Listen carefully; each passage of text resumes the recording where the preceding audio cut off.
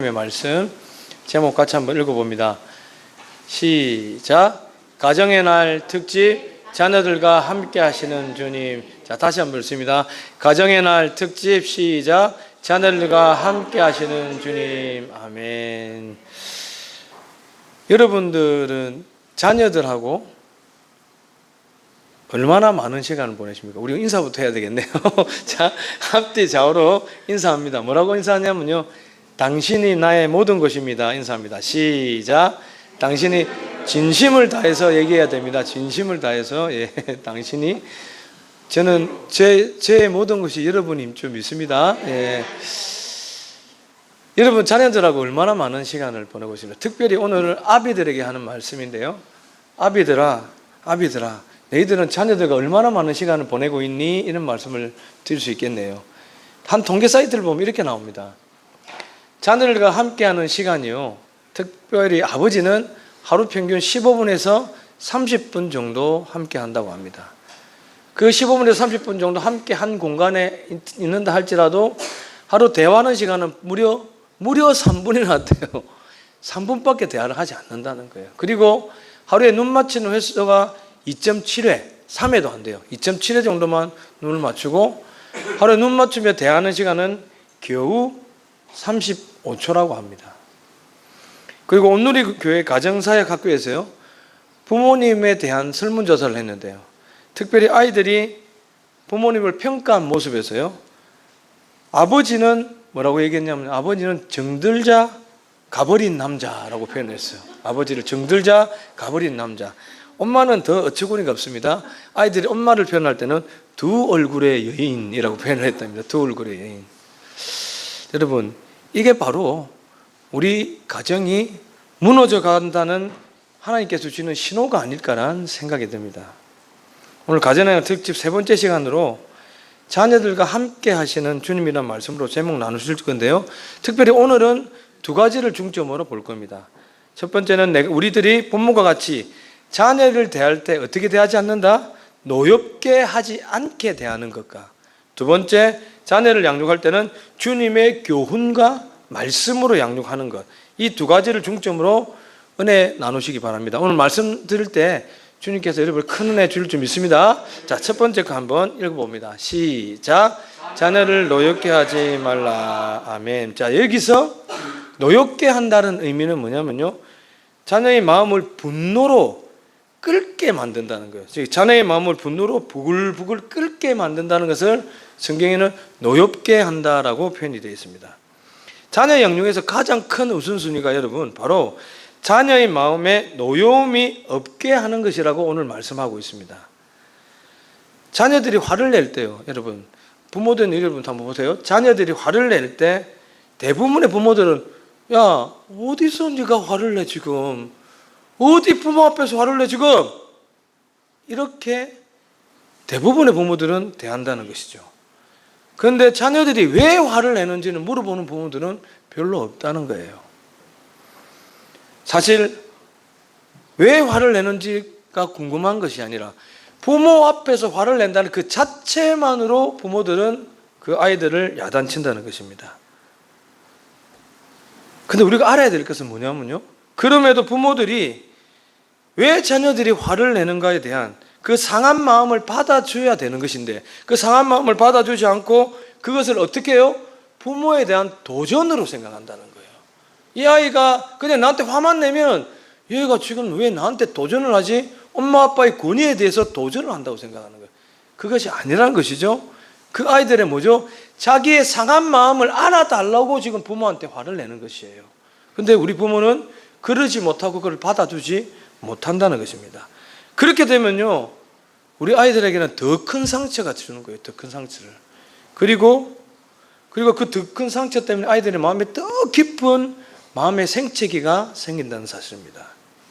자, 그럼 자녀들은요, 부모와의 관계에서 어떨 때 자녀들 마음에 분노와 이런 노여움이 생길까 한번 하나하나 차근차근 한번 살펴볼까 합니다. 첫 번째, 자녀들이 부모로 인한 관계에서 분노할 때가 첫 번째 것입니다. 시작. 부모가 서로 헤어질 때. 여러분, 이건 당연한 거예요. 부모가 서로 헤어진다고 했을 때 그 아이들의 마음은요, 씻을 수 없는 상처가 나는 거예요. 두 번째 읽겠습니다. 시작. 부모가 화목하지 못하고 다툴 때. 왜냐하면요, 여러분, 아이들은요, 부모의 불화를 보면서 늘 불안해합니다. 마음이 불안한 거예요. 부부 간에 갈등이 있다는 것을 우리 아이들은 알 수가 없어요. 청년이 되어서도요, 나이가 들은 청년이 되어서도요, 부모가 싸우는 것을 보고 왜 싸우는지 이해를 못하는 게, 왜? 부부는 싸우면서도 잘 지낼 수 있다는 것을 그 아이들 마음에는 아직 이해를 못한다는 것이죠.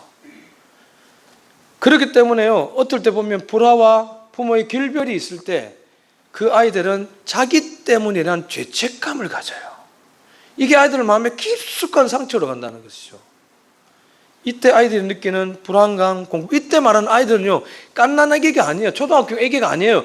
중학교, 중고등부, 청년부 아이들도 똑같은 마음을 느낀다는 거예요. 부모가 싸울 때.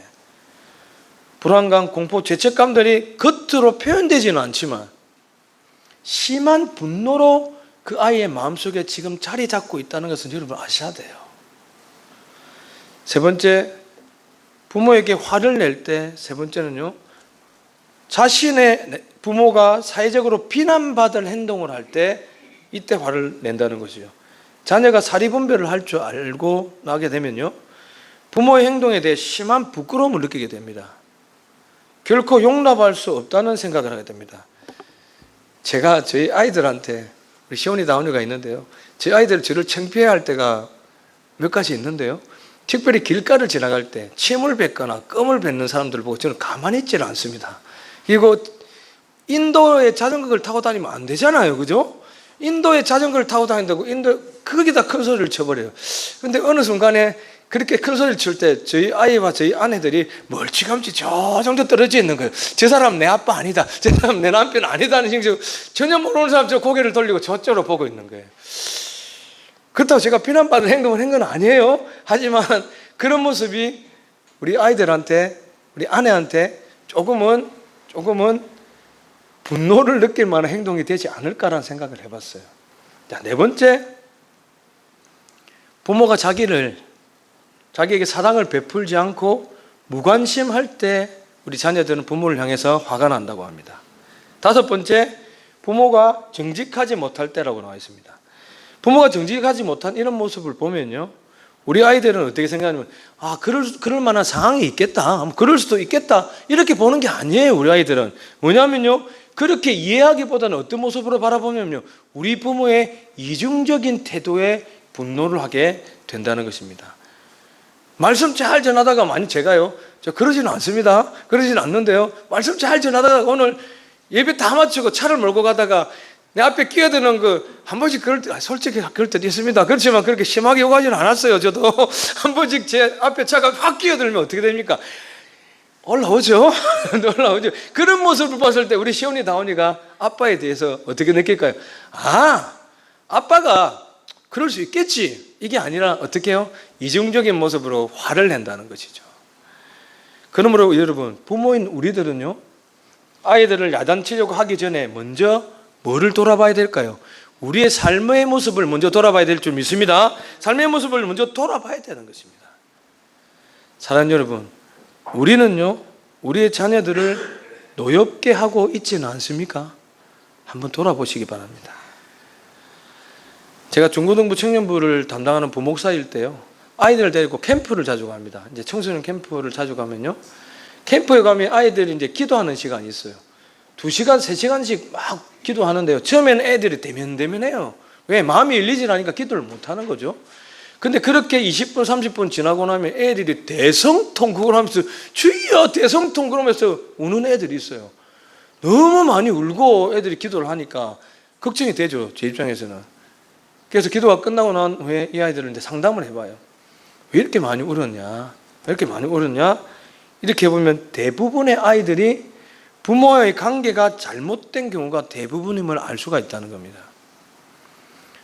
부모님이 나를 사랑하지 않는 것 같아요. 나는 부모님께 기쁨을 주는 존재가 아닌 것 같아요 라는 그 아이들의 마음에 상처가 가득 담겨 있는 거예요. 그러다 보니까 그거를 터뜨리지 못하니까 울면서 그렇게 기도했다는 겁니다. 자, 그럼 아이들이 여러분 왜 이런 생각을 할까요? 왜 이런 생각을 할까요? 그 이유는요, 부모님한테 야단만 맞고 살았던 거예요. 칭찬과 사랑의 표현보다는요, 늘 야단을 맞고 살다 보니까 그렇게 생각하는 거예요. 이것이 바로 여러분, 우리 아이들의 앞길을 막는 가장 나쁜 버릇이에요, 부모들의. 사랑하는 여러분, 자녀를 야단칠 때도 있어요. 자녀 야단쳐야 될 때도 있습니다. 하지만 뭐냐면 아이들의 마음의 화를 먼저 풀어주면서 야단을 쳐야 돼요. 그렇지 않으면요, 우리 아이들의 마음이 다쳐버리지 않습니까? 아이들 마음의 문이 한번 딱 닫혀버리면 그 다음 아무리 옳은 말을 해도 우리 아이들이 들으려고 하지 않는다는 거예요. 그리고 이 마음의 문이 한번 닫혀버리면요, 가르칠 수 없다는 사실을 우리는 명심해야 될 줄 믿습니다. 이게 명심해야 되는 겁니다. 자, 그럼 우리는 우리 아이들을 어떻게 가르쳐야 될까요? 두 번째 거 한번 읽어봅니다. 시작. 주의 교훈과 훈계로 양육하라. 뭘로 양육하라고요? 내 생각과 내 경험과 내 뜻대로 아이들을 양육하라? 아닙니다. 하나님이 주신 교훈과 하나님 주신 훈계로 우리 아이들을 양육하라는 뜻입니다. 자, 그럼 자녀들을 바르게 양육해야 될 주의 교훈과 훈계가 무엇이겠습니까, 여러분? 뭘까요? 매주일 교회에 보내고 성경을 읽고 기도하게 하고 가정 예배를 드리는 그것이 주의 교훈과 주의 훈계로 양육하는 것일까요? 과연 그것이 주의 교훈과 훈계일까요? 아니라는 것이에요, 여러분. 그게 아니라는 것이에요. 그것보다 더 중요한 것은 뭐냐면요, 그게 바로 가정의 분위기라는 거예요. 가정의 분위기. 내가 우리의 가정의 분위기가 어떻는지 한번 여러분 돌이켜 보십시오. 지금까지 아이들을 어떤 가정의 분위기로 양육했는지 한번 돌이켜 보십시오. 우리 성도들의 가정을 보면요, 예수님을 믿는다고 하면서도 유교적인 가정이 많아요. 굉장히 유교적인 가정이 많아요. 기쁨과 감사와 사랑이 없이 언제나 야단치고 언제나 잔소리하고 언제나 강요하는 분위기입니다. 언제나 강요하는 그런 분위기로 애들한테 나간다는 거예요. 그래서 자녀들이 그래서 화가 나는 거예요. 그래서 부모가 이중적이라고 느낄 뿐이지 우리 부모가 신앙이 좋구나라고 느끼는 아이들은 단 한 명도 없다는 것이에요.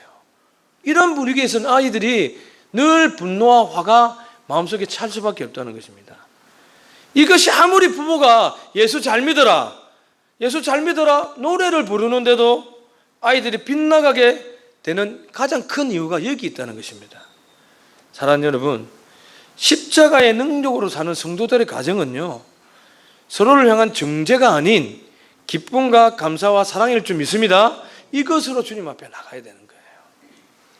많은 성도들의 가정이 가정 예배를 드립니다.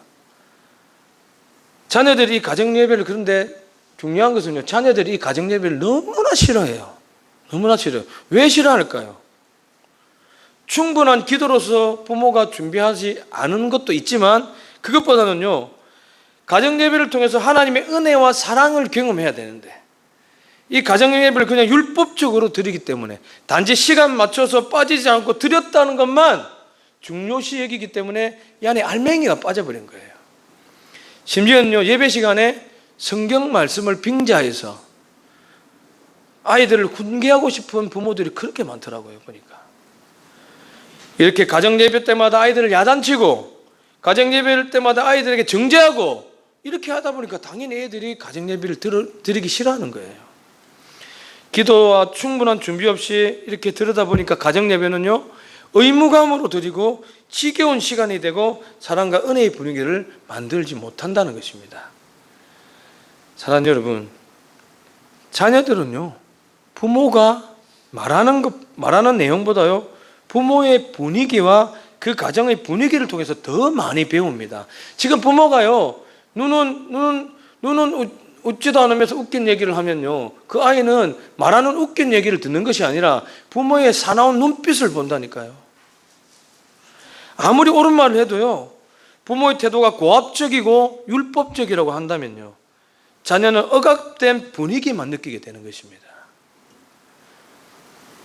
그렇기 때문에요, 가정 예배를 드려서 무엇을 하든요, 늘 자발적으로 아이들이 올 수 있게끔 이 아이들에게 하나님의 사랑을 보여줘야 되는 거예요. 그리고 그때 경험하는 예배의 분위기가 너무 좋고 따뜻하고 사랑이 넘치는 분위기라면 우리 아이들은 평생 예배 드리는 일이 기쁜 일이라는 것을 느끼게 될 줄 믿습니다. 이런 가정의 분위기가 돼야 된다는 겁니다. 그러므로 여러분, 먼저 우리가, 부모된 우리가 주의 교훈과 훈계가 무엇인지 먼저 깨달아야 됩니다. 그리고 부모가 단지 우리 아이들이 잘 되게만을 기도한다고 해서 애들이 잘 됩니까? 여러분, 착각이에요. 아무리 기도 열심히 하는 사람도요, 가정의 분위기가 엉망이고 아이들을 강압적으로 다스리면요, 그 기도가 하늘에 상달되지 않는다는 거예요. 늘 기도의 자리에서 열심히 기도하면 그 기도한 대로 사람이 살아가야 됩니다. 그런데 우리 성도들 대부분은요, 저도 마찬가지지만 기도한 대로 살아가지 못한다는 데 큰 문제가 있는 거예요. 아이들을 위해서 열심히 새벽에 나와서 울부짖고 기도하고 나서 집에 가서 야 똑바로 안 해 너 이씨, 이렇게 해버리면 우리 아이들이 하나님의 사랑을 느낄까요? 느끼지 못할까요? 느끼지 못한다는 거예요, 여러분. 초등학교 4학년 아들을 둔 한 아버지의 일기를 들려드릴까 합니다. 다음 날이 주일이라서요, 주일학교에서 성경 구절을 암송하라는 숙제가 있었는가 봐요.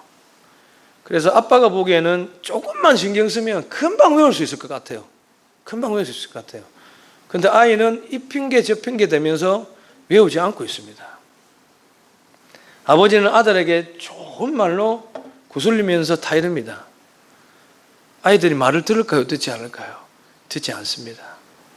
그래서 아버지는요, 그 아들을 새벽까지 앉혀놓고 성경 구절을 억지로 암송하게 만듭니다. 다음날 그 아이들은 정말 가슴이 아파서 울면서 교회를 가게 됩니다. 그 아버지는요, 그 아이와의 전투에서는 승리했는데요, 실제로 전쟁에서는 패배해버린 거예요. 다음 읽어드릴 내용은요, 찹찹한 마음으로 이 아버지가 쓴 일기장의 일부의 내용입니다. 읽어드릴게요. 오늘도 나는 내 욕심으로 아이를 대했다. 늘 하나님께 우리 아이를 맡긴다고 하면서도 잘못된 점만 보이면 어느새 우리 아이의 주인이 또 내가 되어버린다. 진정한 사랑은 먼저 가는 것이 아니라 함께 가는 것임을 머리로는 알면서도 나는 오늘도 아픈 행동으로 우리 아이들에게 상처를 주었다. 오해 아이가 교회에서 돌아오면 꼭 안아주면서 사랑하겠다고 말해주리라. 9가지 좋은 것을 가졌어도 한 가지 나쁜 것 때문에 기쁨을 잃어버리는 나의 나약함과 이런 악함에도 불구하고 모든 것이 다 부족한 내 모습 이대로 사랑해 주시는 하나님이 저희 아버지 되심을 감사드립니다. 사랑하는 여러분, 부모는요, 누구나 아이들에게 유산을 물려주고 싶어 합니다. 그리고 많은 부모들이 자녀들에게요, 많은 재산을 유산으로 물려주려고 노력합니다. 왜냐하면요, 그것이 우리 아이들의 안정된 삶과 행복한 삶을 보장한다고 생각하는 거예요. 그러나 그것은 여러분, 어리석은 생각입니다. 우리 주위를 둘러보십시오.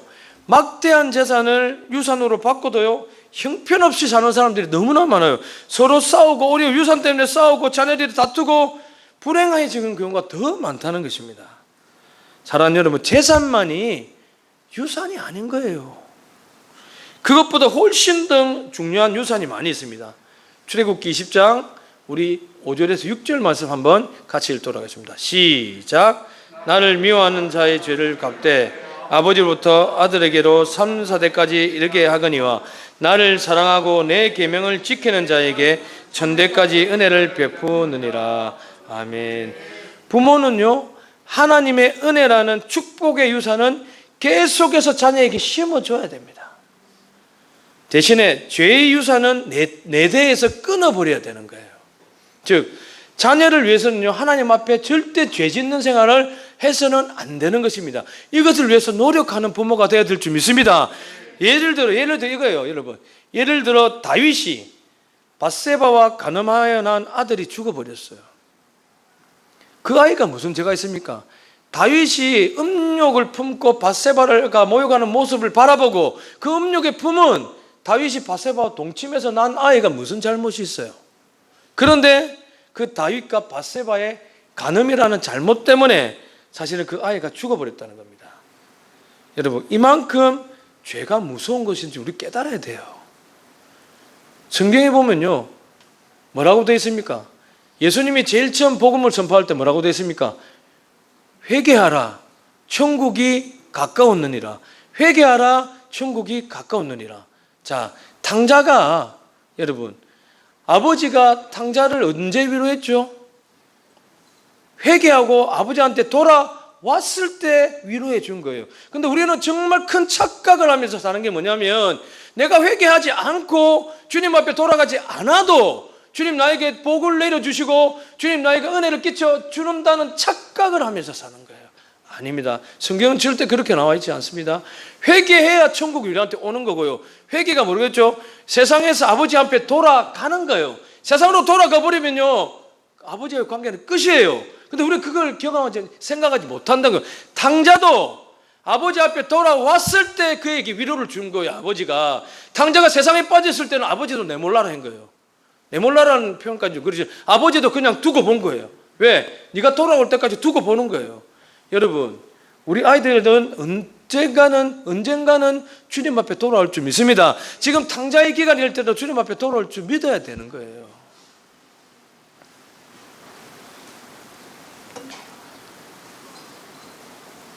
다윗이 이렇게 부모로서 죄를 짓고 나서 그 아이가 죽어버렸던 것처럼, 여러분, 우리 안에도 이것이 있는 것을 한번 봐야 돼요. 뭐냐면요, 조상의 죄가 우리 안에도 있다는 것입니다.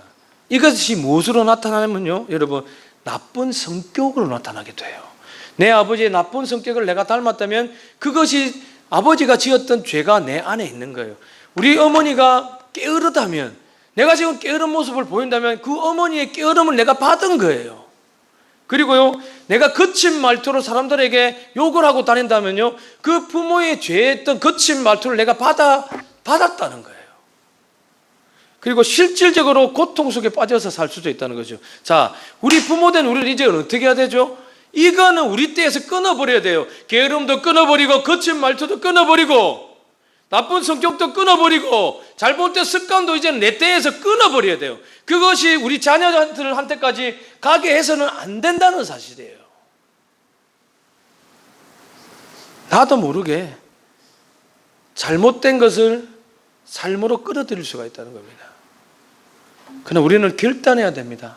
부모인 우리들은요, 정말 결단해야 됩니다. 내가 물려받은 게으름, 내가 물려받은 욱하는 성격, 내가 물려받은 방탕한 삶, 이제는 내 때에 끊어버리고 우리 자식들에게는 결코 이것을 물려주지 않겠다라고 결심을 해야 돼요. 그리고 우리 자식들에게는 어떻게 하나님의 은혜와 하나님의 복과 하나님의 평강과 하나님의 축복만을 물려주겠다고 부모된 우리가 먼저 결심해야 되는 것입니다. 자녀들에게 물려줄 가장 큰 유산은 무엇입니까? 아버지와 어머니가요, 이제 주님 앞에 돌아오는 거예요. 세상에 빠져있던 내가 주님 앞에 돌아와서 회개하며 자복하며 주님만을 위해서 살겠다고 고백할 때 우리 아이들은 그 모습을 보고, 그런 부모의 모습을 보고 따라오는 거예요. 자녀들에게 물려줄 가장 큰 유산은요, 아버지와 어머니가 주님 안에서 믿음으로 살고 서로 사랑 안에서 행복하게 사는 모습을 보여주는 것일 줄 믿습니다. 여러분, 그렇게 꼭 사시기 바랍니다. 또한 성공한 사람들을 한번 볼까요? 저희 어머니가 저한테 가장 잘해준 것 중에 하나가 부식값을 아껴가지고 계몽출판사에서 나오는 위인전 44인의 위인전 전집을 사줬다는 거예요. 그때 저희 어릴 때 보면 계몽출판사 영업사원이 카탈로그를 이만큼 들고 가방을 들고 온 집집마다 돌아다니면서 책을 팔았어요. 그때 계몽출판사 44권의 위인전이 지금으로 따지면 한 200만 원 정도 돈이 되는 거였어요. 저희 못 사는 집안에 200만 원이면 굉장히 큰 돈이었어요. 근데 어머니가 부식값 아껴서 그 글을 줬는데요, 제가 어릴 때는 조금 몸이 약한 부분이 있었어요. 그래서 밖에서 친구들하고 놀기보다는 책 읽는 것을 좋아하는 아이였답니다. 그래서 그 44권을 읽고 또 읽고 또 읽고 또 읽었어요. 그런데 그때 제가 느낀 것은요, 아하, 우리가 우러러 보여야 될 이 위인들은, 내가 닮고 살아야 될 이 위인들은 모두가 마음이 넓은 사람이구나, 이런 걸 느꼈어요.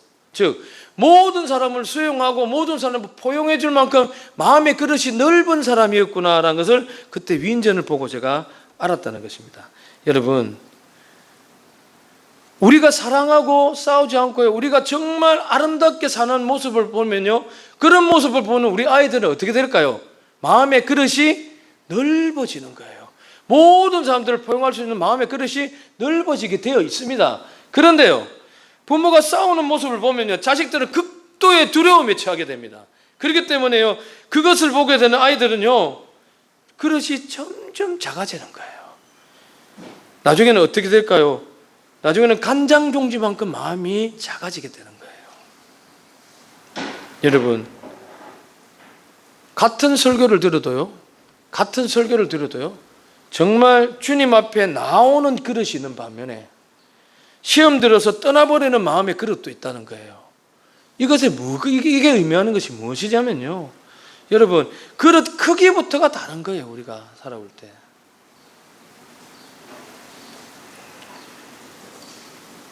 부부가 싸우다 보면 막말을 할 수도 있어요. 부부가 싸우다 보면 막말을 할 수도 있습니다.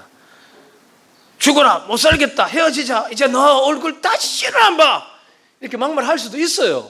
그런데요, 그 다음 날이 되면 부부는 언제 그랬냐 한 듯이, 여보 이거 하나 먹어봐, 어저께 내가 잘못됐어, 우리 앞으로 잘 살자, 이렇게 한다니까요. 그런데요, 중요한 것은요, 우리 아이들은 그게 해결되지 않는다는 거예요. 여러분, 부모가 자주 싸우는 모습을 보고 자란 아이들은요, 아무리 부모가 화해했다고 할지라도 항상 마음이 불안한 거예요. 그러니 마음의 그릇이 점점 작아질 수밖에 없다는 것이죠. 겉으로는 멀쩡한데, 여러분, 속으로는 병이 들어있어요. 우리 아이들이 겉으로는 멀쩡한데 속으로는 정말 곪은 병이 들어있다는 것이죠. 폭력성을 가지게 되고요, 죄의 유혹을 이기지 못하게 되는 아이들로 변합니다. 무절제함에 욕심이 한이 없는 아이들로 변하게 된다는 것이죠. 그렇게 학원에 보내서 뭐합니까? 그렇게 좋은 대학 보내서 뭐합니까? 그렇게 많은 유산 물려서 뭐하겠습니까? 여러분, 사랑하는 여러분, 그러나 늦지 않았습니다. 부모된 우리들이 먼저, 아직 늦지 않은 거예요. 이제부터라도 부모된 우리들이 먼저 주님 안에 믿음으로 사시길 예수님의 이름으로 축원합니다. 그런 믿음으로 살고, 이제 부모된 우리들이 먼저 서로 사랑하는 모습을 이제부터라도 보여주면 돼요. 이제부터라도. 지금까지 그러지 못했다면요, 이제부터라도 서로가 믿음으로 살고 하나님 앞에 정말 사랑하는 모습을 우리 아이들에게 보여준다면요, 우리 아이들의 믿음이 더 커질 줄 믿습니다. 우리 아이들의 믿음이 더 커져서 하나님 앞에 믿음으로 사는 아이들이 될 거예요. 사랑하는 여러분, 말씀 맺겠습니다. 우리가요, 지금, 제가 항상 그랬죠, 지금까지 왔던 것은 신경 쓰지 마세요. 지금부터 잘하면 돼요. 지금부터라도요, 내 의지와 노력으로 우리 배우자를, 우리의 자녀를 바꾸려 하지 마십시오. 이렇게 바꾸려 하다 보니까 서로 생치기가 생기는 거예요. 어떻게? 이제는 믿어줘야 될 줄 믿습니다. 이제는 믿어주고 그들을 위해서 기도해 줘야 될 줄 믿습니다. 이게 주님이 원하시는 가정이라는 것이죠. 이게 바로 하나님이 우리에게 주시는 교훈과 훈계의 말씀이라는 것입니다. 그리고 이렇게 믿음으로 기도해 주고요, 계속 인내하면서 기다려 주고요, 그들 마음에 있는 화를 우려터 주리고요, 그리고 가정의 분위기를 우리 예수님이 함께하는 분위기로, 사랑과 평강이 넘치는 분위기로 만드는 것이 바로 부모된 우리들에게 달려있는 하나님의 크다란 사명일 줄 믿습니다. 여러분, 이 사명을 감당합시다. 이제부터라도 우리 감당합시다. 우리 자녀들은 보고 있습니다. 우리 아버지가, 우리 어머니가 얼마나 행복한지를 보고 있습니다. 그리고 따라올 거예요. 그 길을 따라올 거예요. 그러나 혹 그동안 여러분 우리가 우리 아이들에게 잘못된 유산만을 심어주고 살았다고 너무 자책하지 마시기 바랍니다. 이제부터라도 부모된 우리가요, 예수 그리스도 안에서 진정으로 거듭난다면, 그런 변화된 모습을 보여준다면 과거의 실패가 오히려 우리 자녀들에게 더 큰 밑거름이 되어서 하나님의 믿음의 사람으로 훨씬 더 크게 쓰일 줄 믿습니다. 제가 대신 사과할게요. 우리 자녀들 여러분, 우리 부모들이 제대로 살지 못했어요. 정말 죄송합니다. 앞으로 우리 부모들이 정말 하나님 앞에서 믿음으로 살게요. 그리고 여러분들 사랑으로 돌봐주고 우리 가정을 온전한 하나님의 가정으로 만들도록 노력할게요. 우리 자녀인 여러분, 이제 우리 부모들을 용서하시기 바랍니다. 혹 마음에, 여러분의 마음에 분노가 있든지, 여러분의 마음에 아버지를 용서하지 못하는 마음, 어머니를 용서하지 못하는 마음이 있다면 이 시간 주님의 사랑으로 용서하시기 바랍니다. 기도하겠습니다. 하나님 아버지, 우리 자녀들에게 진정으로 물려줄 유산은 지금도 살아계시고 우리와 영원히 함께 하시는 우리의 생명 되시고 소망 되신 예수님일 줄 믿습니다. 이 소망을 우리 아이들에게 물려주는 아버지 온전한 부모로서 삶을 살아가게 주님 도와주시옵소서. 이 시간 함께 주님 이름 부르고 함께 기도하길 원합니다. 주여, 하나님 아버지, 주님 앞에 믿음으로 나온 주님의 백성들이 있습니다. 이제는 이들의 삶을 붙잡아 주시옵고 아버지, 내 마음에 있는 죄악은 끊어버리고 우리 자식들까지 흘러가지 않게 하여 주시고 온전히 주님의 믿음의 교훈과 훈계로와 우리 아이들을 양육하고 주님 앞에 바로 서게 하여 주시옵소서. 우리 자녀들과 함께 하시는 주님을 축복하여 주시옵소서. 하나님 아버지,